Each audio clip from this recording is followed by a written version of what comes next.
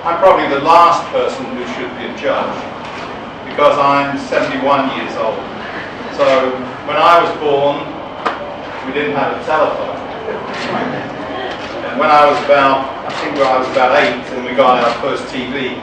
And the TV was about this round, you know, something like that. And there were programs for about 2 hours each evening, something of that sort. However, my relationship with technology has continued in a variety of forms, but my perception of technology was rather developed when I used to work in Italy. So many times I've worked for several months at a time in Italy, and in particular in Napoli, in Naples.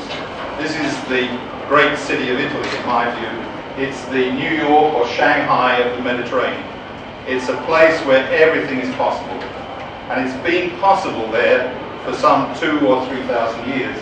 And if you're in Naples at any time, you should go to Pompeii. And Pompeii is some few miles away, a few kilometers away from Naples. And of course it was the summer resort of the Romans, who were then living in Naples. Naples was essentially a Greek city, but taken over by those horrible, aggressive Romans who were rather like the Americans of today. But nevertheless, they did. And they would go for holidays in Pompeii, and for reasons that were unknown to me, the volcano erupted and completely covered Pompeii, and then eventually someone dug it up and found that, for me, people in Pompeii lived almost exactly the way the people in Naples live today. And the only real difference was electricity. Believe me, I mean, people in Pompeii did everything that the people in Naples do, and the people in Naples did everything the people in Pompeii do. And the real difference was that they could do it at night as well as during the day because of the presence of electricity. Later on, I was in the Amazon jungle and spent some time there, and this was in the 70s. And the only way we could contact anybody anywhere was through the radio phone on the ship. So we'd have to go back to the ship, get on the radio phone, get someone else who had a radio phone to patch us through to somewhere else, and then we could make contact. Other than that, we were completely isolated. Subsequently, I had some guys from NASA come and work in my lab, and so I became very computer literate for a while, and only for a while. And we had a huge computer that was almost filling this room, I think. But it couldn't do as much as the laptop that I now have, and we used to use it to run experiments. But it was hopeless. I mean, it took us more time to program the thing, to deal with the equipment itself. It was much easier just to do the experiment. But nevertheless, we got into it. And during that time, I worked with the US government for a bit. And in the late 70s, the US government was sending material electronically. So we used to send large files between government bodies, and this would take all night. So we have some sort of document to send, and we go home and let it click away and send the document. This is with the Environmental Protection Agency in the States. Things have got a bit faster, you know, I guess a lot faster. And so in the 90s, I wrote an article with a guy I'd never met. And this is the consequence of the internet. And so what happened, I started to work with people that I had not had facial contact with. That is, someone from Russia would write to me and say, I see that you've done so-and-so, could you give me advice? And we'd start working together without actually meeting. And eventually I wrote an article with a guy in Austria who I'd never met. We just knew each other electronically, and we discussed everything electronically, and I really don't know what it looks like. We never bothered to send photographs, but I suppose now with Skype we'd be able to talk more personally. And then we come to the modern time and e-portfolio and this latest of innovations. But in order to talk about these latest of innovations, I've spent much of my life in Canada, And if you're a Canadian, you know something about Marshall McLuhan. And Marshall McLuhan said, the medium is the message. And this is almost an uninterpretable saying. You know, most people have no idea what it means.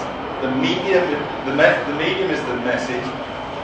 Well, he didn't mean the medium in the sense of the radio or the TV or the internet.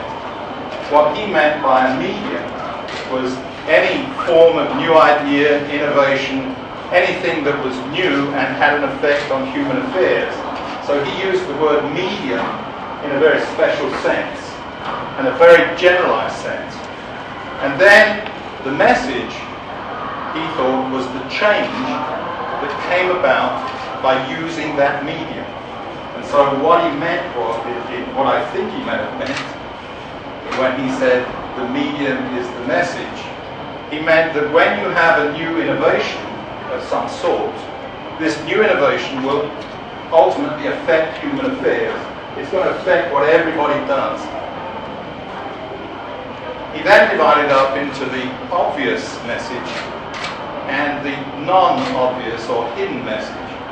And in so much of all these new innovations, there are two forms of message. One is the one that's readily available, and that is you can put your name into an e-portfolio and you can make a list of things and then have it reporting and put it onto the web. But there is a consequence other than that. There is hidden messages, hidden consequences of adopting these systems. And one of the things we have to be, and I actually looked up a quote from Marshall McLuhan, and because I should be vaguely accurate, what he said was, so Marshall McLuhan is unfortunately dead now, but he wrote rather than said, I've got to get my glasses now. I should just make it up. But anyway, he said, it is only too typical that the content of any medium blinds us to the character of the medium. That is, we get sucked in by the nature of the medium, rather than looking at the real content. And so what he really meant was, be careful and understand the message when you take on these new innovations. Look beyond the obvious and seek the non-obvious changes associated with the new innovation. So don't just blindly accept everything. And this is more dangerous today than ever before, because we live in a time of advertising. And advertising knows Marshall McLuhan very well. And advertising understands second messages in the message system within these media.